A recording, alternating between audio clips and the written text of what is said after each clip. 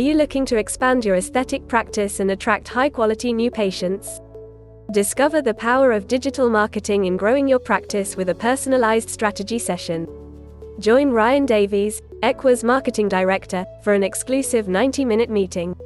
Ryan and his team will invest hours prior to your session, crafting a customized marketing plan tailored specifically for your practice. This invaluable opportunity comes at no cost to you, with no commitments attached. Schedule your meeting with Ryan today by visiting www.businessofesthetics.org/MSM and take the first step towards transforming your practice with the potential of digital marketing. Get ready for an extraordinary opportunity. You're invited to join our exclusive monthly webinar, brought to you by the Aesthetic Institute and the Business of Aesthetics community. Don't let this chance slip through your fingers. Secure your spot now for a game-changing experience.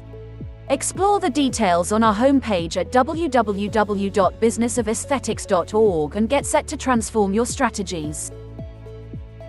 You are listening to another episode of the Business of Aesthetic podcast series, brought to you by our gold sponsors MRP and Equa Marketing.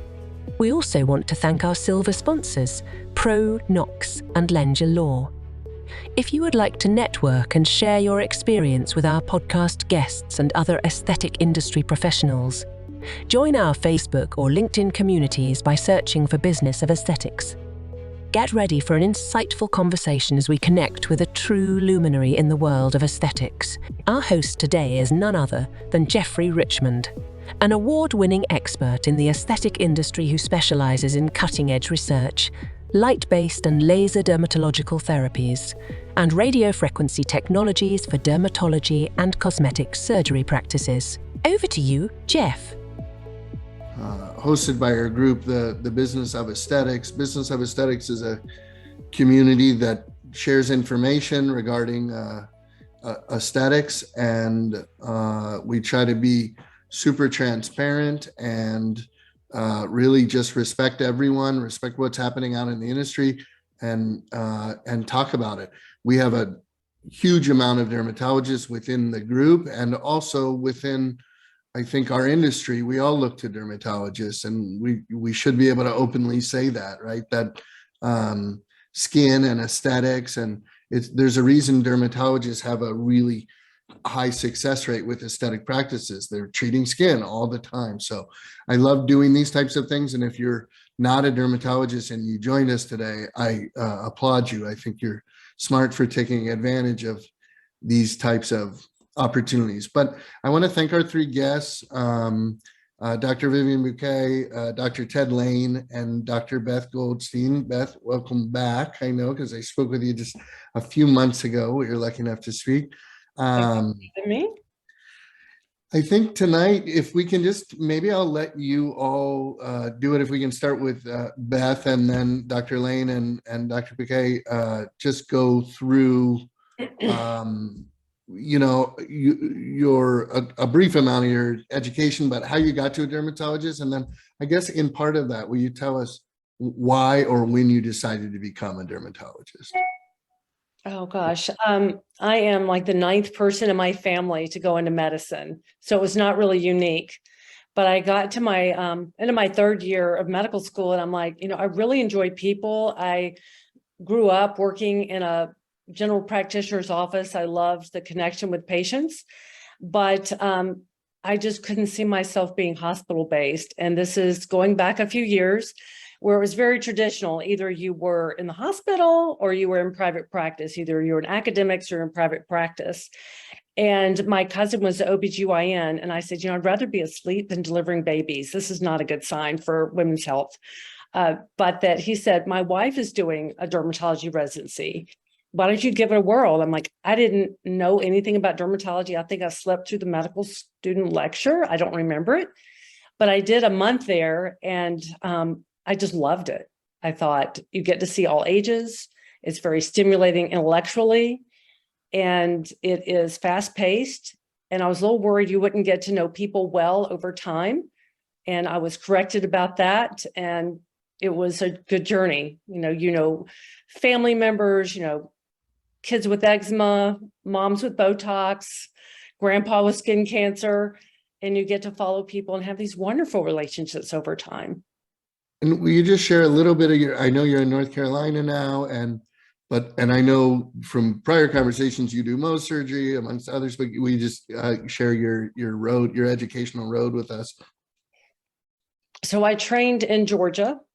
And at the time I trained, my chair was president of the Academy of Dermatology and the editor of the JAD. And during my training in Augusta, Georgia, we would have all these wonderful speakers and lecturers come in. It was really a wonderful experience of brain candy. And then my husband took a PhD track. He's a family physician to do a research fellowship in Chapel Hill, and we've never left. Dr. Lain, can I ask you that just to the same introduction to our community? Yeah, absolutely. Unlike Dr. Goldstein, I am the first doctor in my family. So, but I was the kid since I was 11 or 12 that I just knew that I wanted to be a doctor and really nothing else. So I had a single focus, and I really thought I was going to be a family practice doctor, but I got into medical school and I was quickly acquitted of that notion. And then I had to figure out what I wanted to do with my life.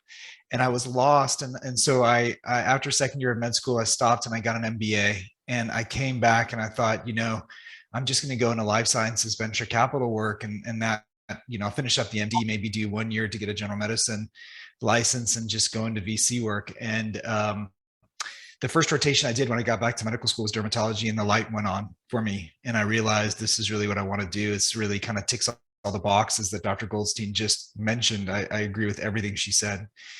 And so from there on, there was a heady rush to get some papers, published and ingratiate myself to professors and try and get a dermatology residency position. I was lucky enough to do so.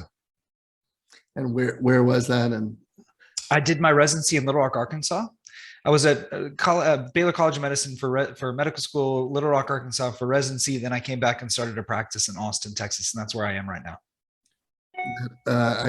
For a few years, I lived right across from UAMS, so I know center. But yeah, and it's such a between Tulsa and Dallas really is such a void for medicine. So it seems like there's probably so many, all the weird stuff shows up, right? And those that's exactly right. The catchment area for that university is humongous, and so we saw a ton of pathology. I really enjoyed my time there. And Dr. Bucay, please share with us. And speaking of Texas, I guess, right? You're in Texas. I'm in San Antonio, Texas. So there you got two out of three on this panel are in Texas. So everything's bigger there, right? It's that everything's bigger there. Everything's bigger there. That's right. It's all bigger. It's all crazy in Texas. So I knew I wanted to go into like something science-based in high school. And I had gone to a thing about March of Dimes and fixing cleft lip, cleft palate. And I thought, oh, this would be so cool. I love working with my hands. And I've always loved art and been very, very visual, but also very hands-on. And so I thought, oh, I'm going to be a reconstructive plastic surgeon. Well, I can tell you right off the bat, first experience in the OR was at Baylor College of Medicine, also in Houston. And at the time, this is 1983. And they started pretty early in clinical. So maybe it was the next year I'm in an OR, and it was very much kind of a good old boys network. I'm like, I hate the OR. There's not even a place for women to change. There's no dressing rooms. All the scrubs are extra large. It's always going to be a bad hair day. Can't have a manicure. I'm out of plastic surgery. So I kind of lingered and I wasn't sure what I liked. And then I heard we had like a whole week's worth of dermatology lectures. And I thought, oh my God, this is what I want to do. I really didn't realize how hard it was going to be, to get into that. But one of my friends, who's a dermatologist in Atlanta, coached me along, says, okay, you got to do some research, you got to do this. And so, checked all the boxes. And I ended up starting I did my internship in pediatrics at Texas Children's Hospital, because my thought was, well, if I don't match, chances are I won't match, then I'd rather treat peds than adults. But I matched, and off I went to University of Miami, which was a fabulous program to start at. But then I got engaged, and my husband was doing a cardiology fellowship, and what he was doing interventional they didn't have at Miami for him.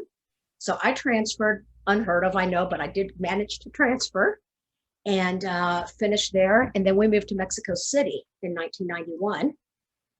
for because my husband was on a visa in the U.S., which required, even though I'm a U.S. citizen, but my family's from Mexico also, well, from all over, but stopping in Mexico.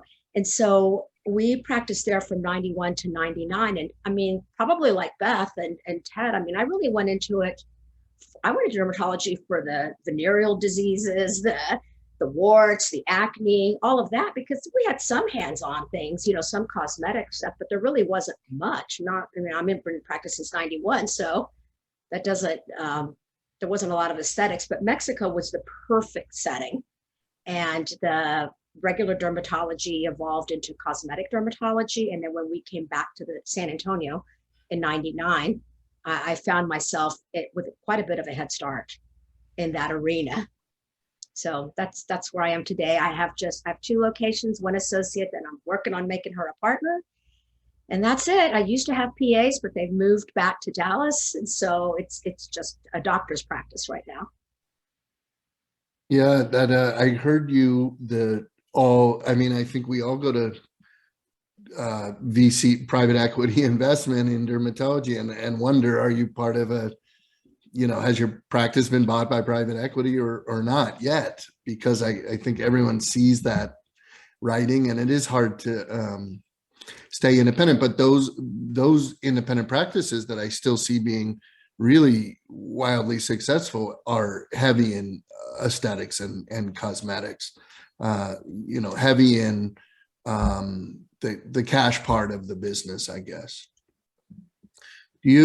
So one of the things I'm really curious about, but one question stood out to me, but before out of this grouping, but before I ask that one, I want to ask when you got into, ask each of you. So we'll start with you, Dr. Bucay, when you got into aesthetic medicine. Certainly, you have a reputation within aesthetic medicine now, I think, in terms of being a known entity. And was that, and it was funny that because you mentioned kind of the unglamorous aspects of medicine early on, and maybe what drove you to dermatology or out of the OR, right? But then here you are in this business of beauty. Obviously, you do a lot of general dermatology as well, but you're really back in this business of beauty. So how'd you get there, and when did you get there? It's been an evolution. And so one of my kind of like practice philosophies I discovered when I was trying to justify how I could possibly even focus on aesthetics after years of training and feeling like, well, because also like in Mexico City at the time, they couldn't even differentiate between a dermatologist and an esthetician. And even patients now sometimes aren't really sure. And so I do think it's critical as dermatologists to maintain our identity in the sense of, not just diseases of skin, hair, and nails, but wellness of skin, hair, and nails. And we are in danger, I think, of losing that if we go all aesthetics. But for me, it's the kind of wanting to have it all, that health and beauty are not mutually exclusive. That's always been my tagline. They sort of reinforce each other. So, but you can't have beautiful skin at the expense of procedures and everything, right? Or you shouldn't have procedures at the expense of your skin. So the first thing I actually did aesthetically, besides chemical peels, which I highly recommend that everybody learn how to do chemical peels, instead of running to the first laser and device. Not that I don't have millions of them, I got bunches of them, but CO2 resurfacing laser was the first thing. So I went out and researched it heavily. I was practicing in Mexico City. It's 1995. Leasing was not an option. And so I actually went through the whole process of getting permits and going through the whole import process and brought the very first CO2 resurfacing laser into the whole country back in 95. Yeah, check that your elevator fits the laser, that it can carry that kind of weight so they don't have to take out a window of the building. I was on a 3rd floor. They had to hoist up the laser, but you learn things. But it was an excellent learning experience about what machines, what lasers and devices can do for you, and then what the limitations. So without taking too much longer, at about a year's worth, so this is 1995, and then patients were looking smooth and less wrinkled and scars were better. But then all of a sudden, crow's feet and things were coming back. And it never even occurred to me about the whole dimension of movement.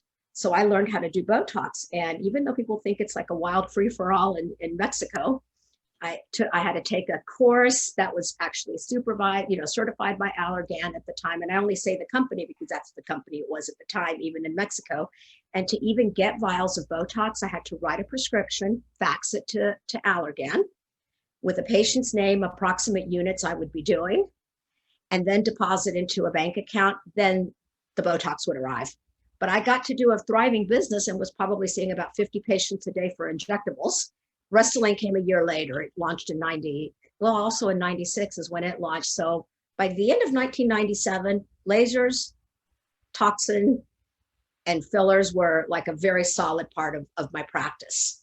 And I was that patient interest that drove it? Or was it patient interest? Because you have to remember 1991, well, not, even the 90s, no internet. I wasn't spending on advertising. Everything was word of mouth, truly word of mouth, which is something that I still think is really important to this day. It's great to do panel discussions like this, but my advice is, don't forget really basic things like concentrate on your work, do what you really enjoy. Don't offer something if you don't feel that what you're offering is something you even enjoy doing or feel or agree with. If you don't believe in it, don't offer it. You've got to believe in what you're offering in the practice. It's great advice. Dr. Lain, was there an aha moment? Did you start your practice knowing you were going to do aesthetics also, or? I started my practice and I really, thought of it as a business. And I realized that in order for me to get to kind of incorporate the aesthetic aspect of dermatology into the practice, I really needed to start with medical just to get the patients through the door, because that was the easiest way, right? Just to build internally, kind of refer from medical to cosmetic. And I worked on that very much so the first 5 years, just trying to transfer medical to the cosmetic aspect of the practice. And everything was going great. And then I started to do some research along with it. I did sell my practices to a private equity backed consolidation, including my research, my research clinic, or site, I should say. And now, it just like what happened to me as a practicing dermatology has happened to me with research, where the medical research has paved the way for aesthetic research. And now I do a ton of aesthetic research. And so I inject patients in the clinic, but I inject patients in my research site just as much, if not more. And that's probably my passion more than anything, is just kind of developing new products and procedures and devices with companies. And I really enjoy that. So it's medical has kind of paved the way for aesthetics for me in both just clinical practice as well as in research. Dr. Goldstein, I know I can't remember when you brought on your first laser, but I do remember you early on were also like Dr. Bucay with Botox. Yeah, well, I do remember the first CO2 laser, and I was leasing it. We could do that in the US. And I had them roll it in. I went and watched somebody in Charlotte do a couple of cases. And then I realized the CO2 laser, like, you need to put people to sleep. I mean, that thing hurt so badly. And about the time, y'all probably all know Sue Ellen Cox, she moved into town and they were at a surgery center, and she could put people to sleep to do that. I said, that's great. Somebody's doing it. And I just opened a brand new office, and they pulled in the pulse dye laser, and promptly the dye went on my brand new carpet in my office. And I'm just like, I'm not sure I was meant for this, yeah. But I had some CO2 laser training in my residency for keloid extraction. And, that was, not a great thing, but that was the first exposure. But a patient who moved from Philadelphia to Chapel Hill, and she goes, I'd like you to do a chemical peel. I said, I don't know how to do a chemical peel. I wasn't trained to do a chemical peel. She goes, well, you're going to learn how to do one. You're going to learn how to do one on me. And so, then read the books and have done many peels ever since. And I think, the whole laser versus the peel and, devices and what you can achieve. But we had a young woman in our practice who was doing Botox and collagen. And because we were just, starting, it was in the 90s, and she left. And so my partner and I said, okay, I guess we have to figure out how to do this. So we started practicing on each other. And it was one of the funniest days ever, particularly because we were learning to do Restylane in our lips It was not pretty, Dr. Lain. We would not have been good for your research. So we're probably not been good for your research.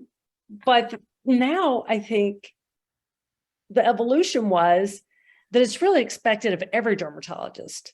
Yeah. Every dermatologist needs to have some facility of cosmetics. You don't have to necessarily do everything, but you need to know about it and do some of it so that you can educate your patients, because they want it and they should have the knowledge to do it safely and with someone who can support them in decision making and if something goes wrong. It's really it's a good point. And I think early on, everyone thought of general dermatology as the mainstay, the bread and butter, but now with declining reimbursements and other things, it's really, I mean, we can ask the venture capitalists here within the group, but Dr. Lain, that was a hat tip to you because you're obviously business oriented. But I mean, for real, just to diversify the practice. I mean, we diversify all of our other important investments, and probably your biggest investment individually is your practice. Or no, absolutely. I mean, we all invest in ourselves, right? I think as physicians, we feel like we are the best investment because we feel like we'll be successful, right? And so a way to invest in yourself is to expand the offerings that you have in your own practice. And I think diversification, we talk about diversification in just our asset allocation, but also diversification in terms of our revenue streams within our practice is super important. I think there's some economic headwinds that are coming, and I'm a bit concerned about that. I think that having some diversification either within your practice or amongst your group of practice is important.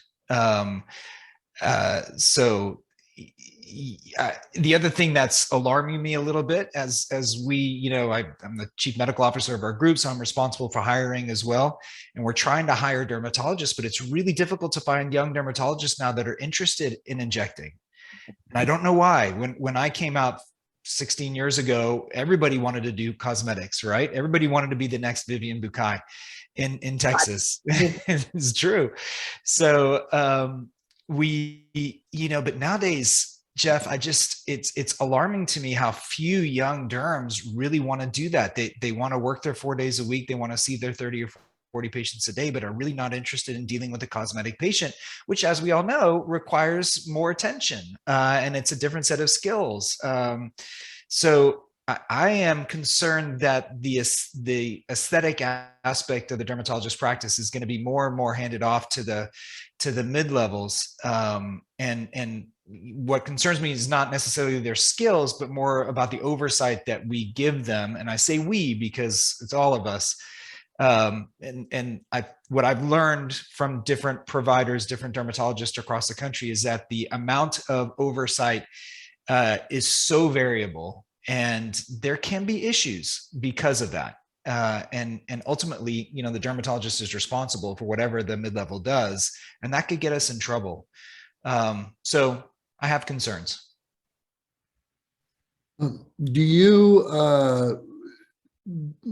Dr. Bucay, do you take so I mean, you're in a different situation where you're hands-on, right? Because you just said it's a doctor practice. So there is no referring, and even there's no specialization within, or there's every specialization, I should say, within, but there's, you like within a plastic practice, you may have someone that does boobs and someone else that does face and someone else that does lipo and, these kind of things. What I'm curious is, how do you make decisions on what patients to take, I guess? Is that patient led? And now you're at this almost luxurious part of your practice because you're in a position to be able to do it. So maybe you can address that same kind of idea, but for younger physicians as well. Like how do you get led? How do you decide what to do? Who to see, and who to attract? It's like I said, for me, it's always been like very organic. If you start with a really solid medical base, and what Ted said earlier, things like acne, like for me, acne and melasma, I'm very passionate about those. Those also just happen to be gateway medical conditions, gateway to aesthetics. They just are. And so, I just had that covered. Acne, I want to say this to dermatologists, young dermatologists. Treating acne has never gone out of style. And adolescents turn into young 20 and 30-year-old patients. 20, 30-year-old patients have kids and now bring their teenage patients to you. And maybe moms are the ones that want aesthetic. So I'm so happy you brought that up, because I do think that's one of those things, like Dr. Lain saying, that people just don't want to treat as much anymore. probably the largest patient, like I have a very solid family that comes to see me. And the first member that came to see me, I would say, is a grandson with acne. And he really just wasn't responding to a lot of, typical treatments. Isotretinoin was not going to be an option for him. And I did it with chemical peels, just sequential, monthly peels, some good topicals at home. I think they work great. Now we have the option, we can throw in some laser treatments too. But there are really good ways that we can, things that we can do in the office to address acne that isn't always considered traditional. But that I learned in Mexico City, because glycolic peels were the popular thing. And that's probably the single most important thing that grew my practice at the time were glycolic acid peels.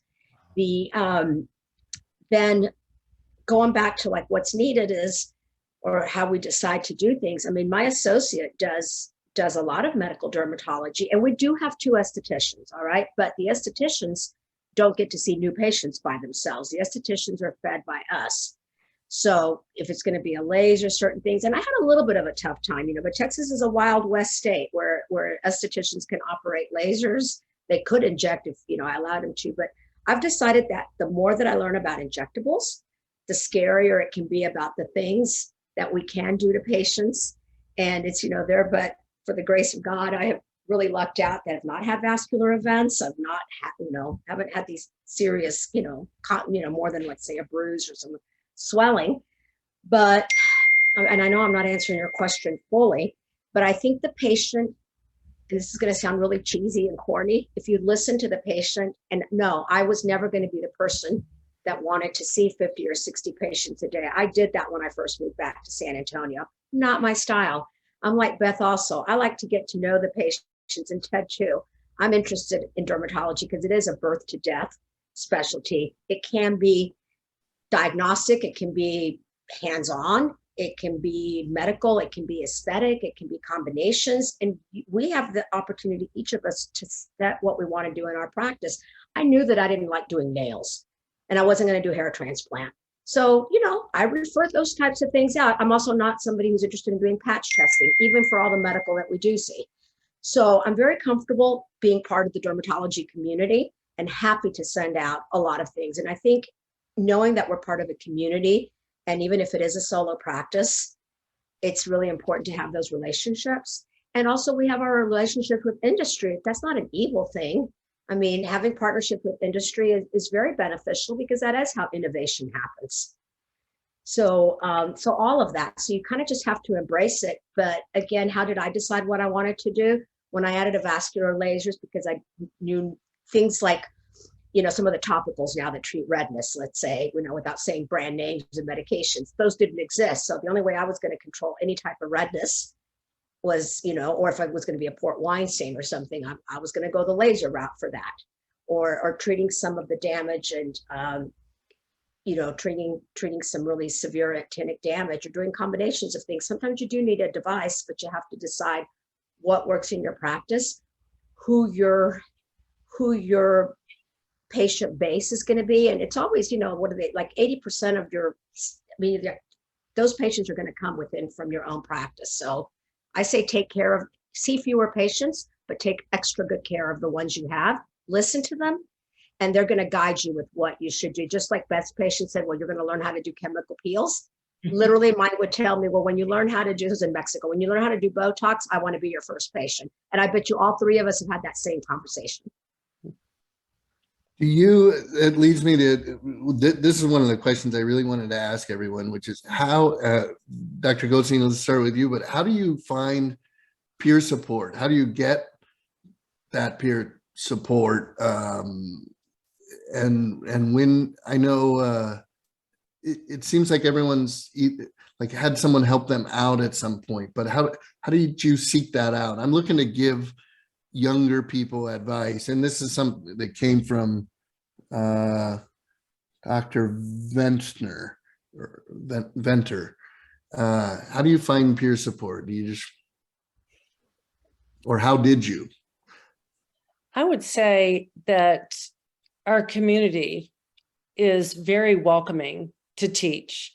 And there has been this really plethora of growth of opportunities. The American Society for Derm Surgery, their hands-on courses are just incredible. I was going to say hands down great, but the hands-on courses and the small groups are wonderful. And you're with thought leaders who are really teaching you how to do this. And then in my area, there's people like Zoe Dralos and Sue Ellen Cox, and people who they're very, I think, stimulated by teaching and very open to learning. So I do give kudos to that society for really giving us robust opportunities. And industry is good too. I mean, they help us. They want us to do a good job. They don't want to get a bad name with their products. So I found them to be quite supportive. Reaching out for help learning this or that, you mean? Mm-hmm. Reaching out to the manufacturer or whatnot. Yeah. Yeah, but I think the ASDS is doing a great job. And I'm sure both of you have been on faculty. Is that, how about locally? Is that something, or is that harder to find? No, I mean, that at least in my area, it's been very robust. Even though we may be competitors, we're not really, because everybody's busy. So that they welcome you to come in and learn how to do this new technique. There's a new injectable, there's a new one on the market, and that you can come in and learn. What has y'all's experience been like? Is it similar or different? No, similar. Yeah. Similar. I love the ASDS. I'm a huge fan. And when I moved to San Antonio in '99, it was weird because I kind of felt like an outsider since I hadn't stayed in the US. So I'd been out from graduation back to '99. And, I knew some people, but not a lot. And when I went to AAD meetings, I always was there as a foreigner, right? And treated as such. It's a really weird feeling because you know that you're US born, raised, and trained, but yet I was kind of seen as an outsider. So the first thing I wanted to do was to, of course, join like the local medical societies. And then I wanted to join the ASDS. I couldn't get a referring letter from anybody locally because nobody knew me that would vouch for me. So I reached out to Dr. Suzanne Bruce in Houston, who had been my mentor on faculty, and she was now in private practice. She wrote me a letter, and I got into ASDS, and I do find their things are really helpful. What I love now also, this is a plug for the International Peeling Society. I joined it 10 years ago. It's a great resource for anybody who wants to learn chemical peels, do webinar stuff. They've gotten really, really very hands-on, and you've got people like Hal Brody and Gary Monheit and Peter Rulon and a lot of people that are, pioneers that go on and teach these classes, and you have instant access. And I would just say, I think this is an advantage as a younger dermatologist, because I guess feeling older, I felt a little bit intimidating reaching out to those that I felt were like so far above me.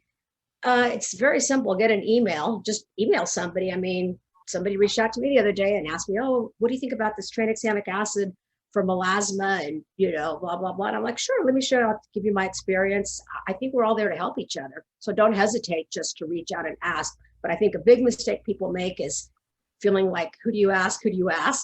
And then trying to figure things out on their own. And that's not what it's about. It's never that way in medicine. Yeah, feel free to add questions. I just opened up the question live. So if anyone's listening live and they want to ask some questions, but this one's a little bit generic, but I want to ask you because I love it. And I think it's a hard one. And I'll start with you, Dr. Lain. Best and worst decision, like in practice, I know they're talking about, but it's a hard one to think about because maybe you were best or worst. Nobody likes to share a bad decision, but I know we've all made lots of them. And as I sit here and listen to you all, it's like the school of hard knocks is is the real deal. I mean, you go to medical school, all these other things you've worked so hard for. But when I hear about your stories in practice, it's like, learning on the job is it's not just a saying, right? It's the real deal. But Dr. Lain, what best and worst in the spirit of what you wish you would have known as a young starting dermatologist? The best decision I think I made, well, I'm going to give you two, actually. I think the first one was writing a business plan for my practice. It made a huge, it acted as a guide for me the first 2 or 3 years as I looked at the pro formas and I looked at my P&L as well. So, and that's just, obviously it sounds like MBA speak, but you can find that anywhere online, just to quickly put together something like that. And I would say it's not only worth it to do it when you're starting out, but any major purchase you're going to do, put a little business plan together for it so you understand exactly what your return on that investment is going to be, because so many, and I'm sure all three of us here have the same experience, and I do. So many of us have bought something kind of on a whim, or because of an unrelenting laser salesman, for example, and it just didn't live up to expectations. And if we had spent a little bit of time at the beginning with some forethought and put together a plan, I think we probably could have realized that it wasn't right for us and saved ourselves a lot of not only expense, but headache. The other great decision I made was not to work with my spouse. And making sure that we kept family and work separate. And then the worst decision I made was to piggyback on the best decision was purchasing a laser based on the recommendation of another dermatologist who I really respected, but didn't realize was getting paid by the laser manufacturer. And so understand that everybody has motivation, right? And whether that's financial motivation, which, or something less nefarious than that, just be careful who you listen to and who you use as the impetus for any kind of major purchase making decisions, and therefore do your own legwork. There's a lot of questions about buying. And I think Dr. Bucay said something really, when I talk to physicians about buying and making decisions is, don't do something you're not passionate about. So unless the sales rep creates so much passion for you that if it doesn't fit, and then Dr. Lain kind of said it too, is like, if it doesn't fit into your business plan, but you don't know if it fits into your business plan if you don't have business plan. Right. So like, if you don't have some long-term plan, then you're just, is it sticking on the wall and I'm taking it, or is it, what? So I think that's really important advice there. Can I ask the same, Dr. Goldstein? You smiled when I said something. It seemed like maybe a light went off, maybe for one or the other or both. So the worst decision is the easy one: devices. 1,000,000% devices. There's a story behind every one why we weren't going to make that bad decision again, and we did again. So I have found the best thing is to rent. And then if it turns out you're so busy, then that's the time to commit. A couple of 3 months of just renting to see if you have a demand, if you like it, if you like the results, if your patients like it, you're comfortable, great. So that has been a bit of a solution. And the best thing has been the people, and to go with people who are honest and fair and come to decision-making with that in mind and not what's best for them. And that is not a given. That is not a given, whether they're a family member or not. And to have people like that in your life that you work with is a treasure.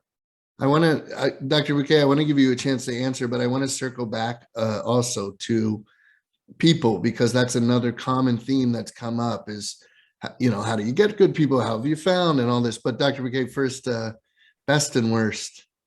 I mean, of course, a device was the worst decision because, I was swept up in the moment. It's like going to one of those vacation places and getting a timeshare.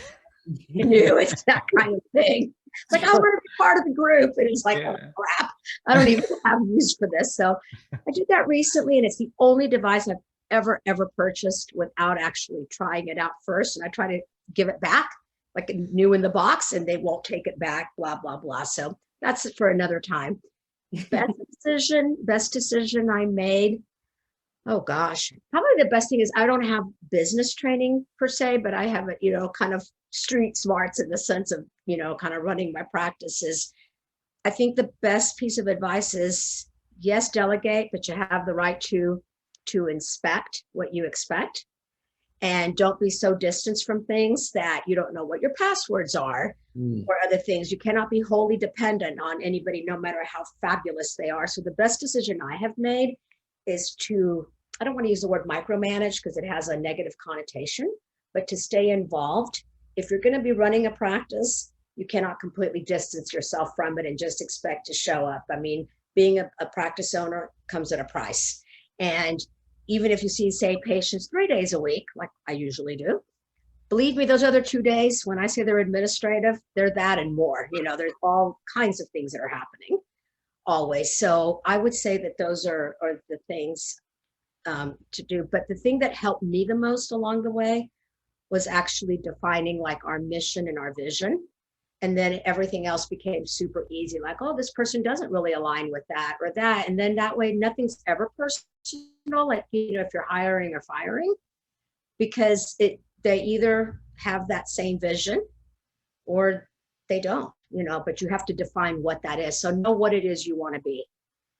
And it's not too late to do that. And it's something that likely needs to be revisited every year or every couple of years. I'm sure, Dr. Lain, have you redone that business plan?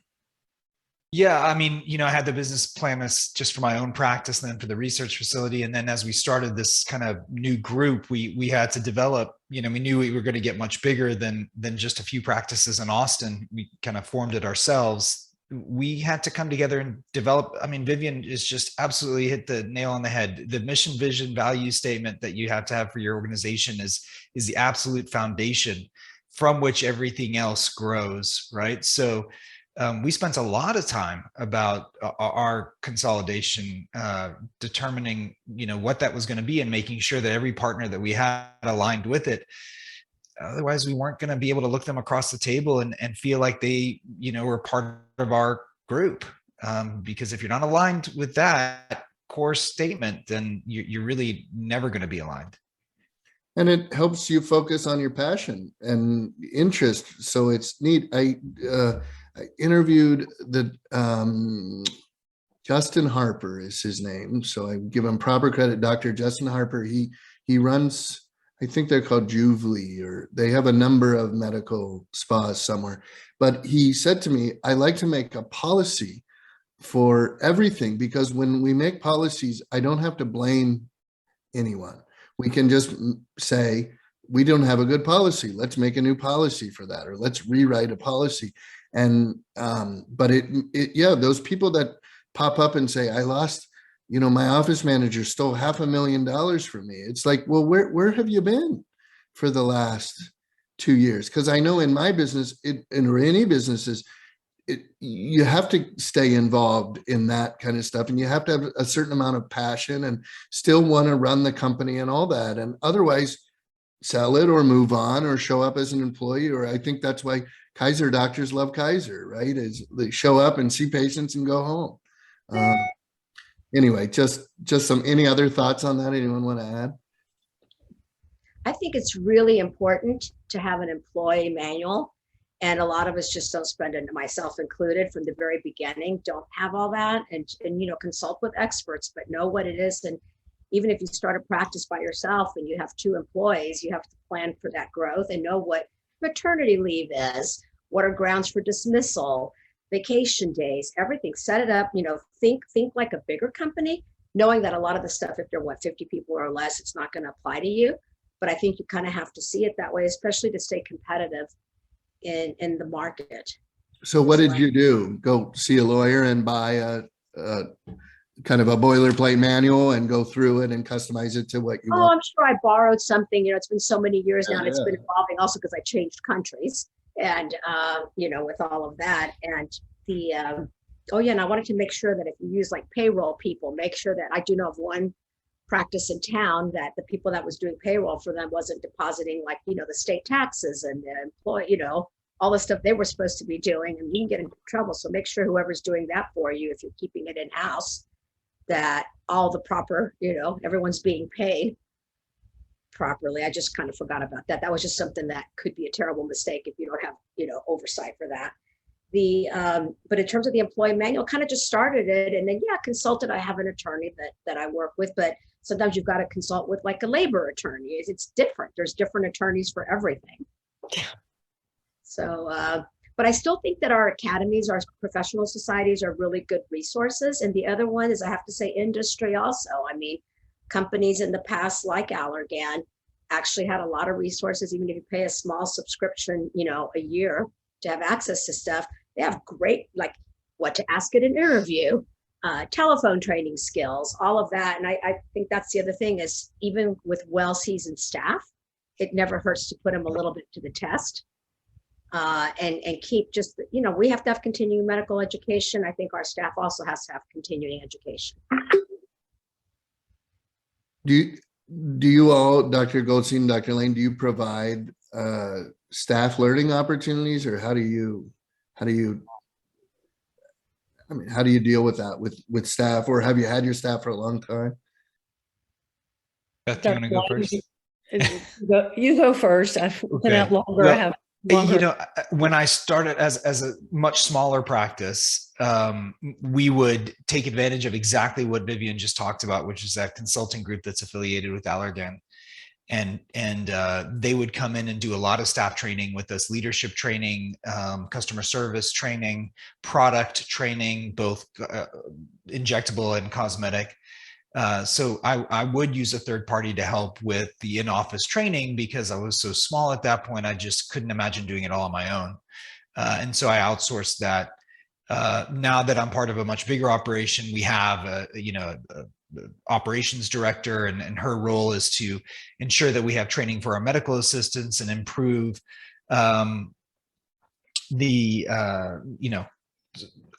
scribing, all sorts of different things that we do, as well as kind of the usual employee training of HIPAA and all of that. So it kind of changed, right? We went from outsourcing to in-housing or insourcing that based on the size of the organization I was a part of.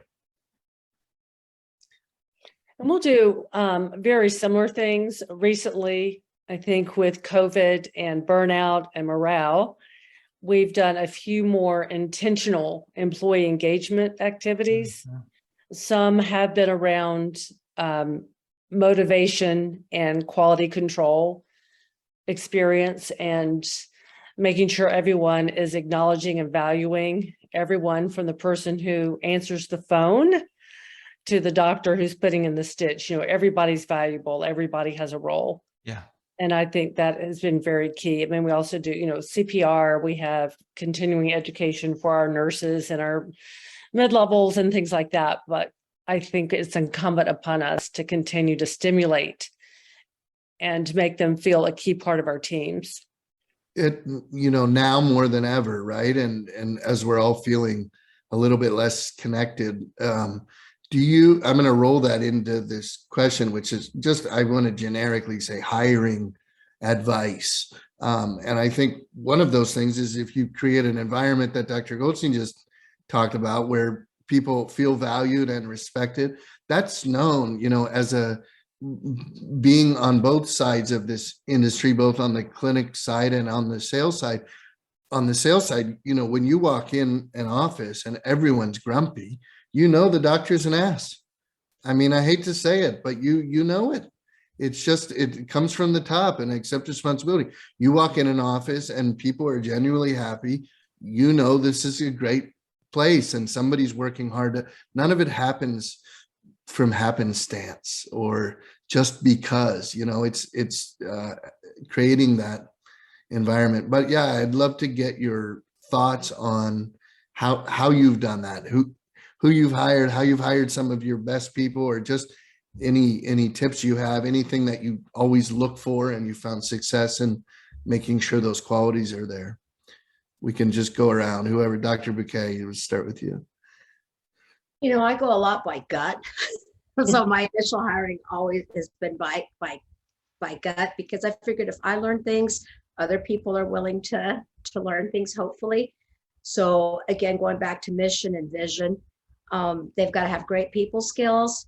They don't have to, it's not necessary to have a background in dermatology or to, be formally trained in something. I'm going for somebody who's willing to learn, to ask questions, and who has a great work ethic, and so those are the things that I value the most, and who's a good communicator. I have very little turnover in the practice, very, very little turnover. And I do try to make people feel valued. I also, I'm the boss, so to speak. But I do want to be receptive, because sometimes, if enough people in the practice are telling you something, it's important to listen. So I think listening is important, and I want everybody to shine. So I look for people who want to grow. I don't expect people to stay forever with me, but people who are interested in personal and professional growth, and who are, definitely want to work part of the team, and who understand that their success doesn't come at the price of somebody else's success, that everybody can grow together. That's my hiring. I appreciate you saying going with your gut, because I think it's a lost art, and we all think that there's some algorithms sometimes, and maybe there are, but I also think that we've lost trust in ourselves in some ways. We've lost confidence, and I appreciate you saying that. And also catching people while they're doing things right. I think that's kind of another comment, finding those things with people to be able to point them out. How about Dr. Lain? What's your... Yeah, I know you have hiring, and I'm curious too, because the research hire is probably different than the clinical or practice hire, and right? It is. It's a different type of person with different interests. But I think what we look for is someone who wants to work with us and is not going to leave for 50 extra cents per hour, right? Because I look at employees as an investment. I invest my time, I invest my attention, I invest my treasure in my employees, right? Because I want them to stay. And my gosh, we work with them, we invest so much time, or we spend so much time with them that we want to know more about them, right? And we want them to grow. And I just think Vivian said it exactly right. You want to make sure that your employees feel like you're supporting their professional growth. Personally, they can do what they want. Professionally, I'm there to help them because I want them to achieve their goals. So, and only if they feel like they are being supported in that way, will you achieve loyalty, in my view. Loyalty really can't be bought. So, that's kind of the person that I look for is are they here for the right reasons, or are they here for 50 cents on the dollar? And if it's the latter, they're not worth my time. Dr. Goldstein? I agree with everything that you're saying. A few things over the years is the team approach, and that we try to hire for niceness. But if someone has no initiative to be part of the team, I can't tell you how many times over the years where I'll go, oh, so-and-so, they're doing a great job. And they look at me and go, when you're in the room, they have their feet up on the counter. And I'm like, I'm only going to know that if somebody tells me that. Yeah. And so to make sure that who is being part of the team and that you're approachable, and so that people are going to tell you, and the other thing is, don't try to make that person fit. Don't try to work hard to make them part of your team. Like either they are or they aren't, and you're going to ruin your whole team if you hang on to this one person who is great with you in the rooms, but they're really awful to the rest of your team. Like I learned that the hard way, where early on they said, Dr. Goldstein, I know you're trying to be really nice, but either she goes or the three of us go. And I go, I got it. Got that. But holding people accountable is also part of that. And that if you do want to try to work with this employee, that you are very forthright with your feedback, and you put it in writing when it's appropriate. You give them an improvement plan. And if they don't improve, that you don't have everybody else going, well, I thought they were supposed to be, I mean, it's confidential, but that things weren't going to get better or different. And when they don't, it just kills everybody else's morale. Yeah. And it's very important that you are that leader. Because if you put up with it, Yeah. why should they? Why should they work hard? Why should they help you in a way if they can see someone else who is less motivated, basically getting away with it? But there's steps, and it takes time, it takes energy, but it's well worth it. It's great advice. I don't want to go over time too much because we've been good on the hours. I want to ask you just, for any last kind of advice. So I'll give you a second to think about it. What's something you wish somebody leaned over the table and early on and told you? But I want to also just take a second and recap some of the lessons I've learned today in terms of Dr. Lain mentioned something that resonated with me. You may not need an MBA, but if you don't know how to read your P&L or don't know what I mean when I say P&L, you may want to audit a finance class.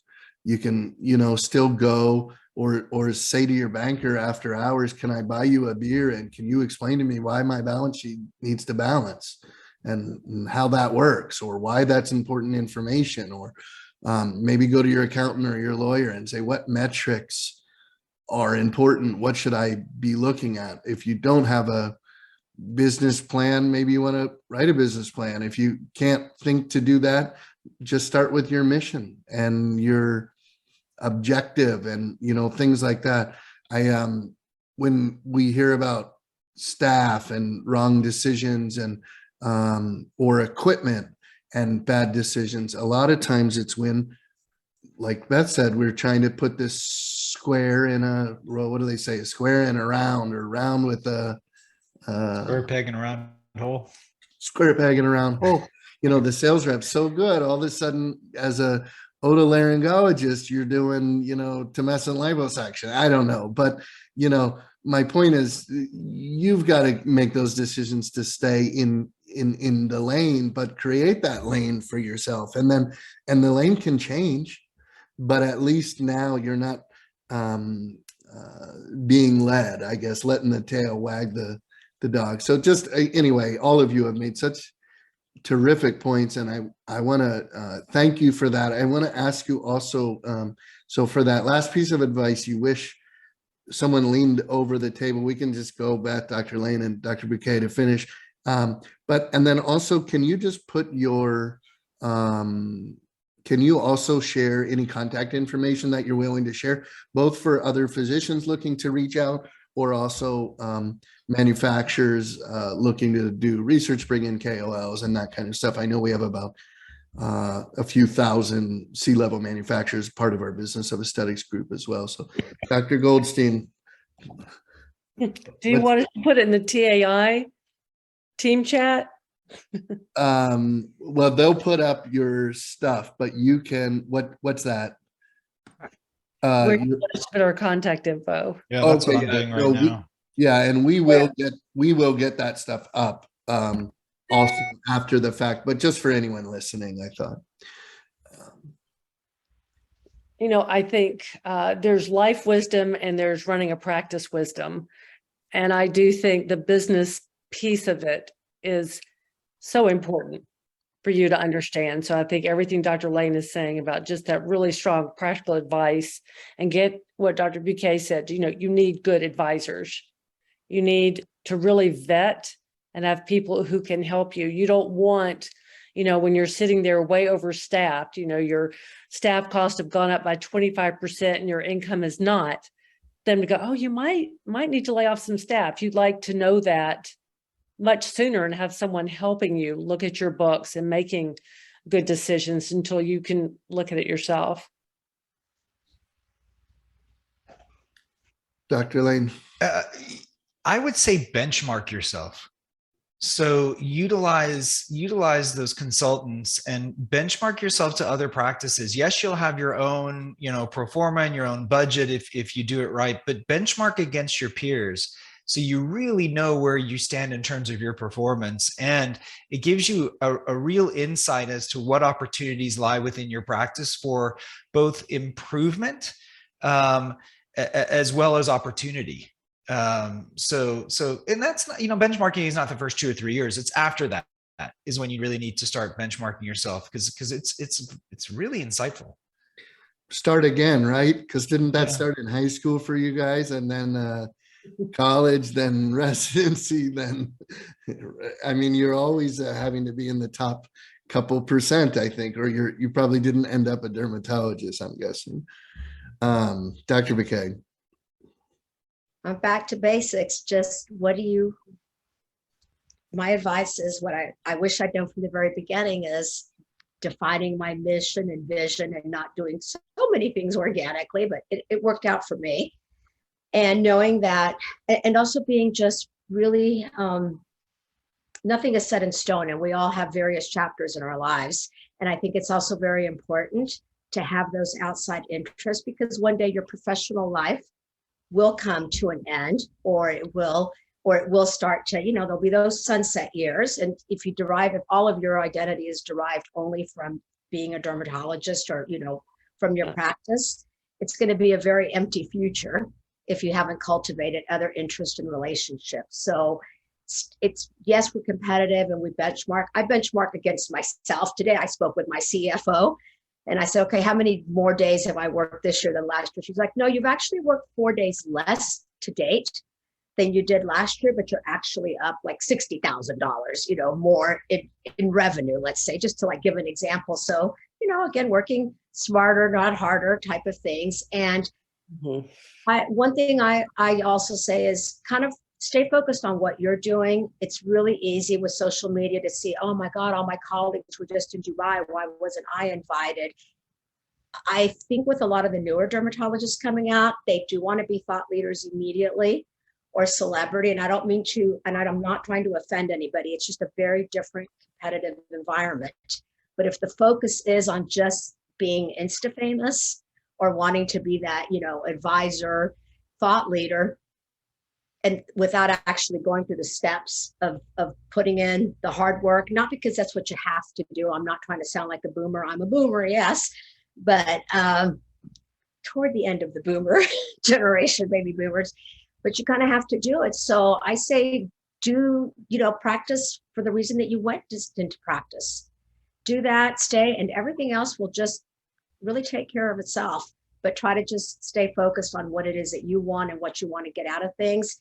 And work-life balance really does mean knowing what you're going to plan for the later years.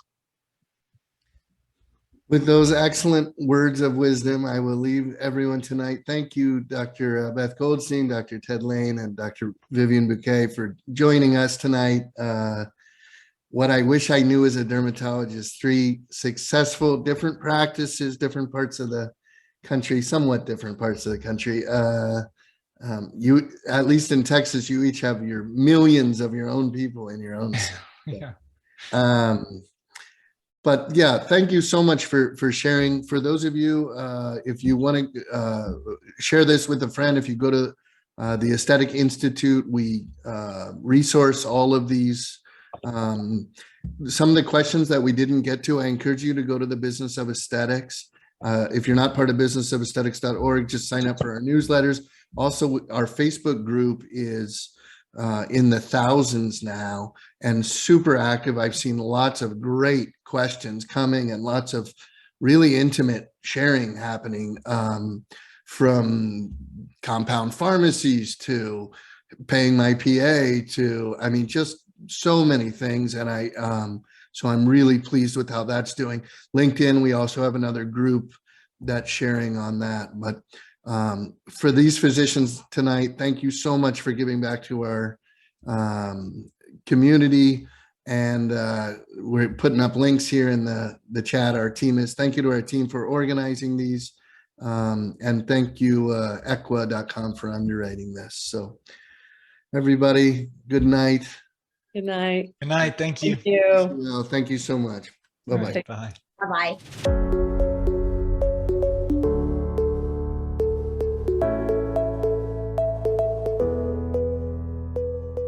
Thank you for joining us this week on the Business of Aesthetic podcast series, brought to you by our gold sponsors, MRP and Equa Marketing, and silver sponsors, Lengea Law and ProNox. Would you like to join our growing group of aesthetic industry experts and get featured on the Business of Aesthetics podcast? Or do you know someone who would love to share their strategies for growth in the aesthetic business, providing quality patient care or their clinical expertise? Head over to www.businessofesthetics.org podcast show and apply to be featured as a guest on the show.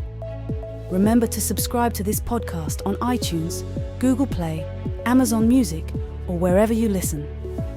If you would like to engage with today's speakers or any of our past speakers, join our Facebook group or LinkedIn group by searching for Business of Aesthetics.